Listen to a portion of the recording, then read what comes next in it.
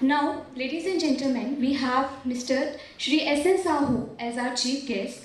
Mr. Sahu had experience of serving in the Office of President of India, Prime Minister's Office, and of the Office of Vice President of India and Chairman, Rajya Sabha. He has written several articles on Mahatma Gandhi and brought out the enduring significance of his ideas to address the complementary issues such as global warming, health, sustainable and development, etc.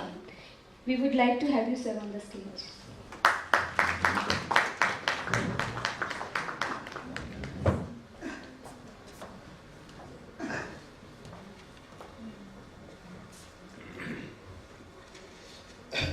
Respected Dr. Mahavar,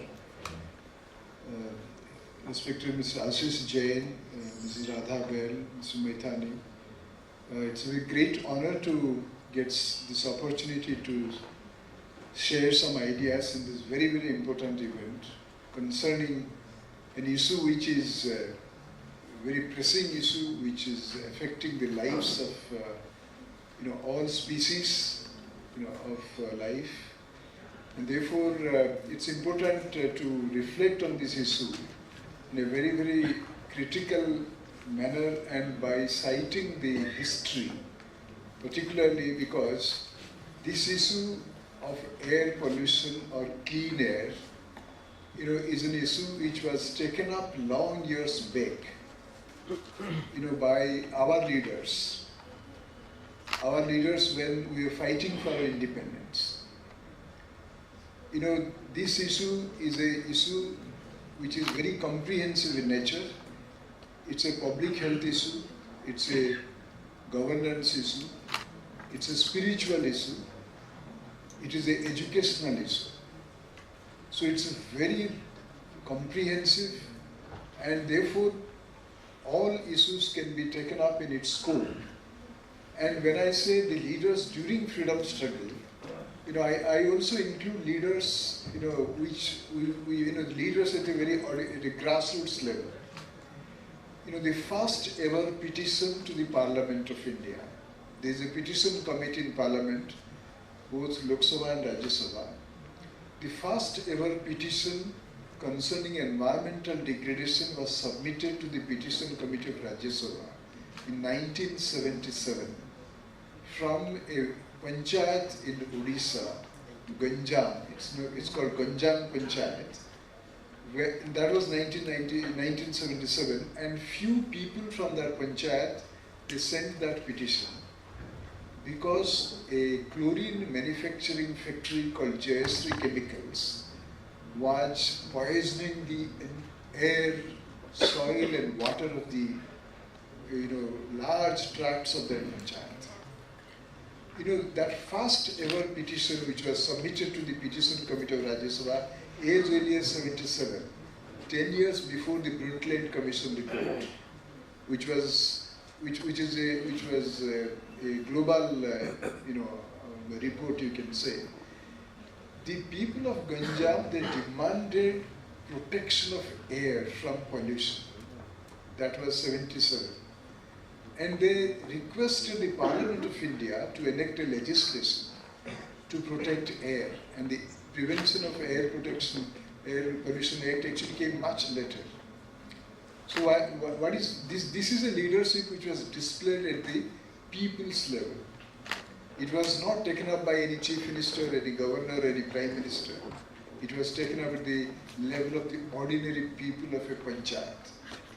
And the report, the petition was examined by the petition committee of Rajya Sabha.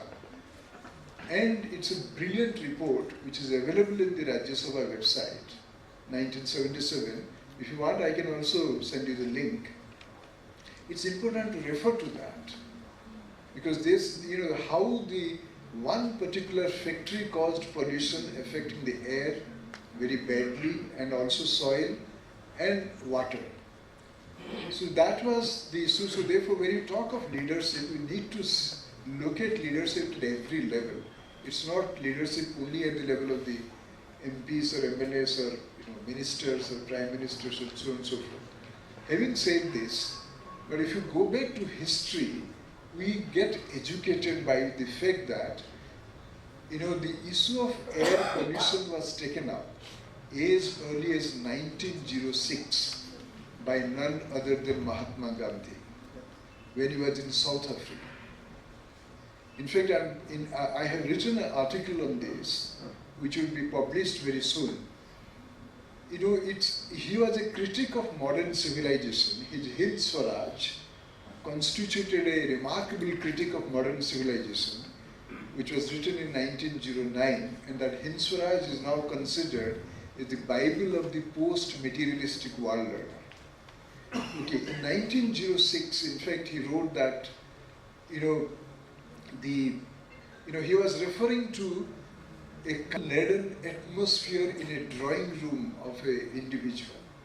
He said, in a carbon-laden atmosphere in a drawing room, which is very stuffy, how can somebody breathe fresh air?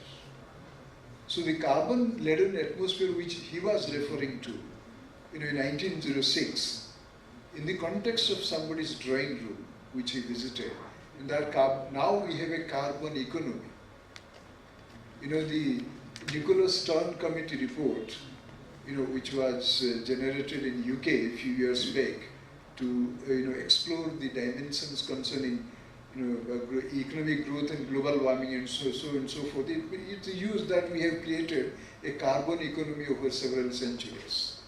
So therefore, the carbon economy is obviously based on excessive carbon dioxide or greenhouse gases in the atmosphere.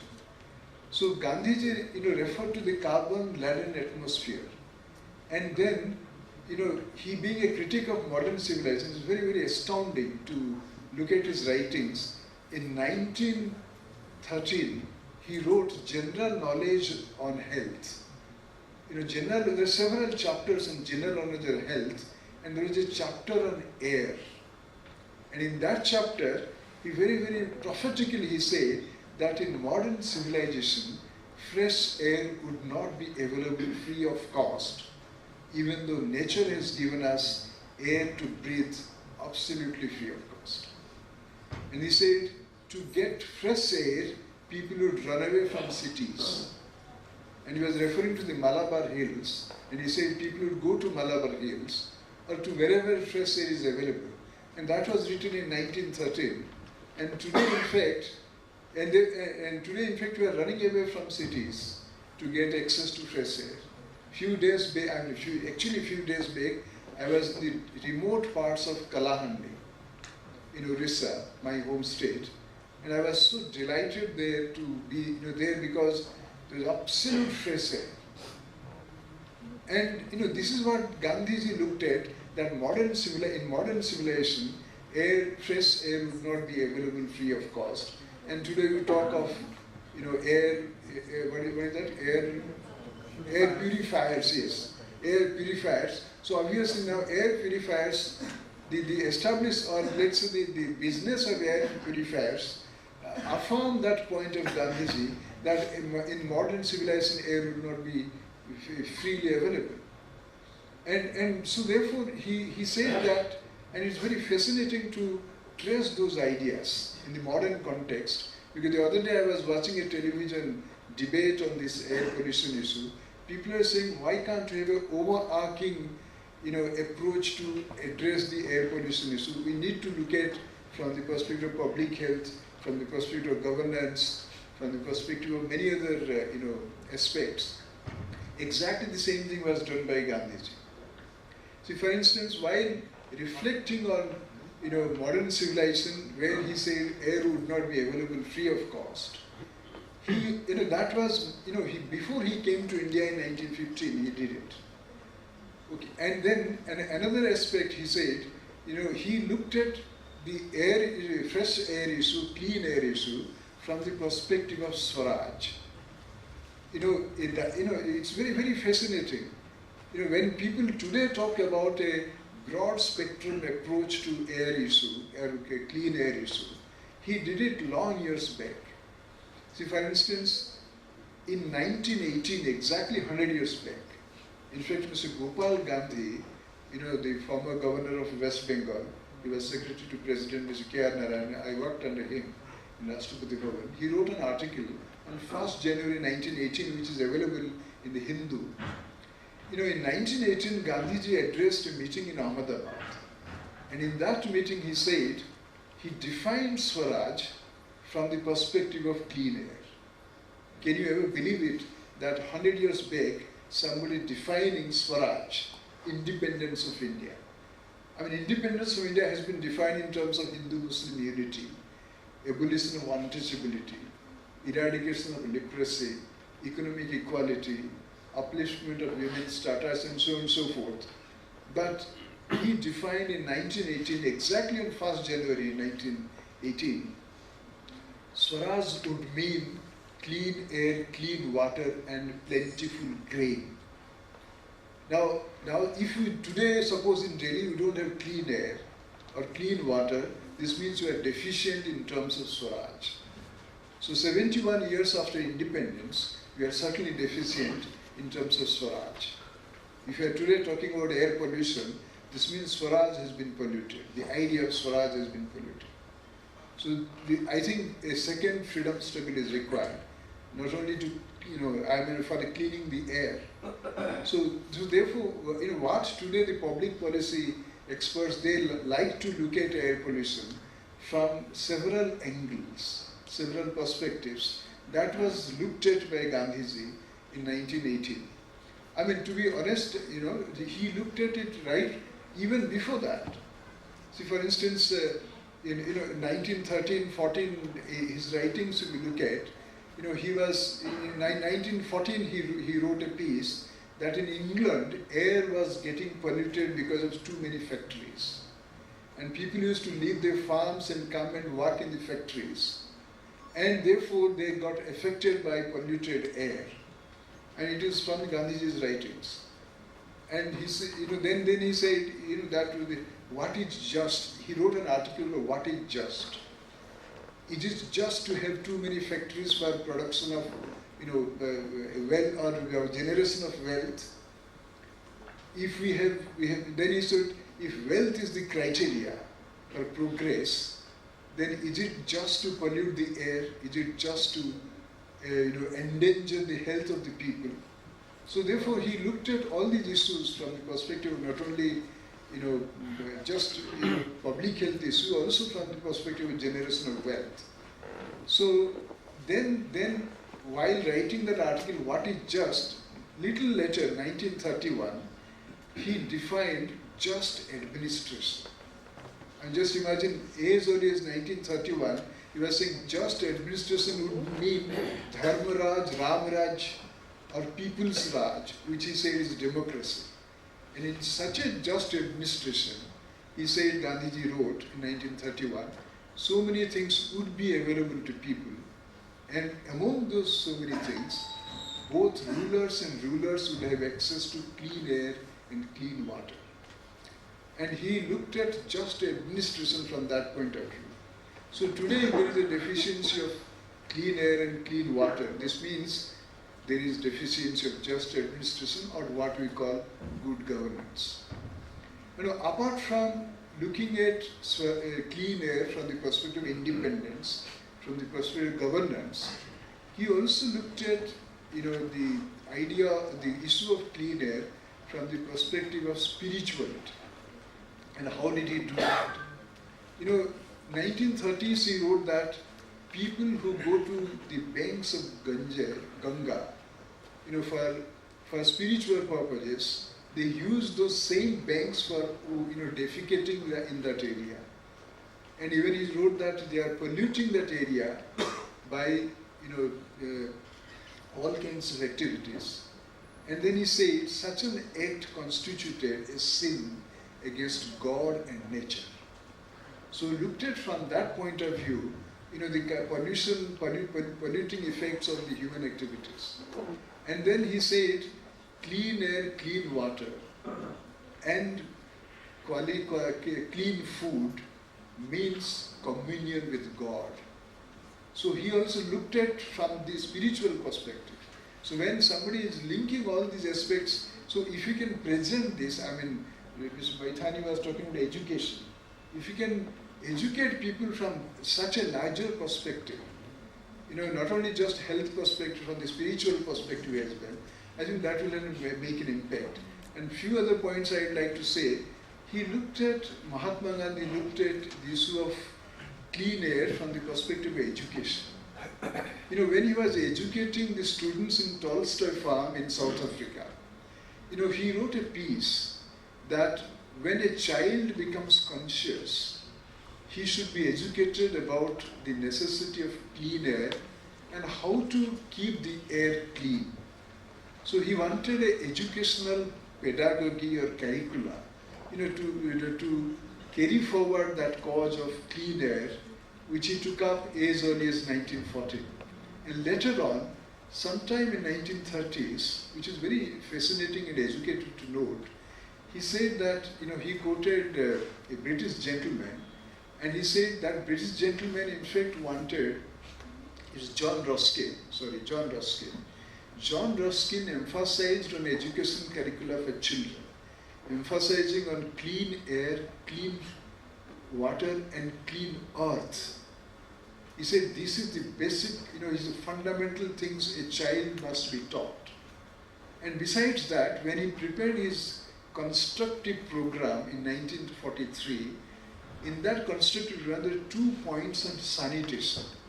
And he said sanitation issue must include the issue of clean air. And those sanitation issues must be taught to the people by the volunteers through their practical action. So therefore, there is a comprehensive approach which he followed, to look at the issue of clean air from the perspective of governance, perspective of education, from the perspective of spirituality, and so on and so forth. And another very interesting point, he said that, in a well-ordered democracy, the right to life must include the right to clean air. Much before even the Supreme Court said this. And so therefore, these are the aspects which need to be taken up, in the present context, not just by highlighting the, the crisis which of late has been recognized as a crisis of apocalyptic proportions, but we need to look at in the context of own history. It's not important just to quote a UN report, we must quote our own people, our own leaders who gave us freedom.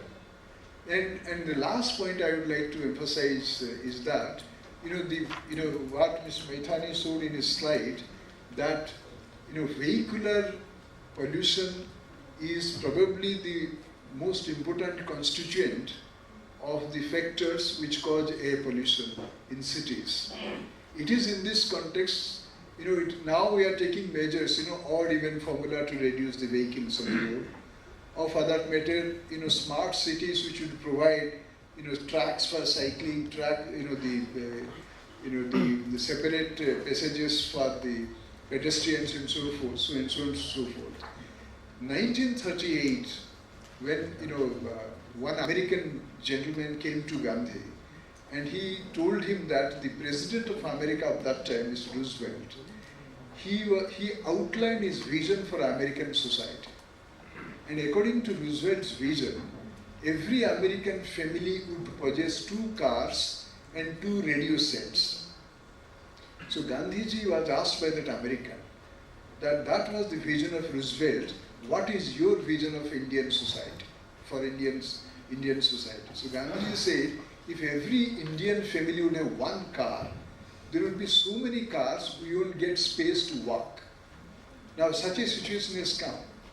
And then, even 8 years before, 1930, when he started Dandi March, that is a historic march which was of contemporary significance. Some people used some car which was available that time to get some fruits for the consumption of marchers. And Gandhi delivered a public speech during the march, indicting the efforts of those people to use a car. He said, why a car was used to get fruits? Then he said, avoid the car if you can walk. Now, in present situation in Delhi or anywhere in India or anywhere in the world, I think we are walking less, or using less public transport at least those people who had the cars and other modes of transport at their own cost. So the point is, this was also highlighted by Mahatma Gandhi as early as 1938, as early as 1930. And therefore, if today we are, in 1938, he also said, in my vision of Indian society, possession of a car would not be considered a meritorious thing. So therefore, demerits of too many cars in terms of air pollution and so on and so forth has become a pain for our civilization. Therefore, I think these ideas we need to, retrace, rediscover from our own history. We don't have to look at the one UN report or anything else. Much more long years back. So therefore, our freedom struggle, the idea of Swaraj, also incorporated in scope the idea of clean air, clean water, and clean environment. I think these points need to be flagged, and nowhere actually one flags such points, because wherever I have attended such programs, they just begin with some UN report which was generated in 1990s. But we have our own history which empowers us in fact. So thank you so much for giving me this opportunity to say these thoughts.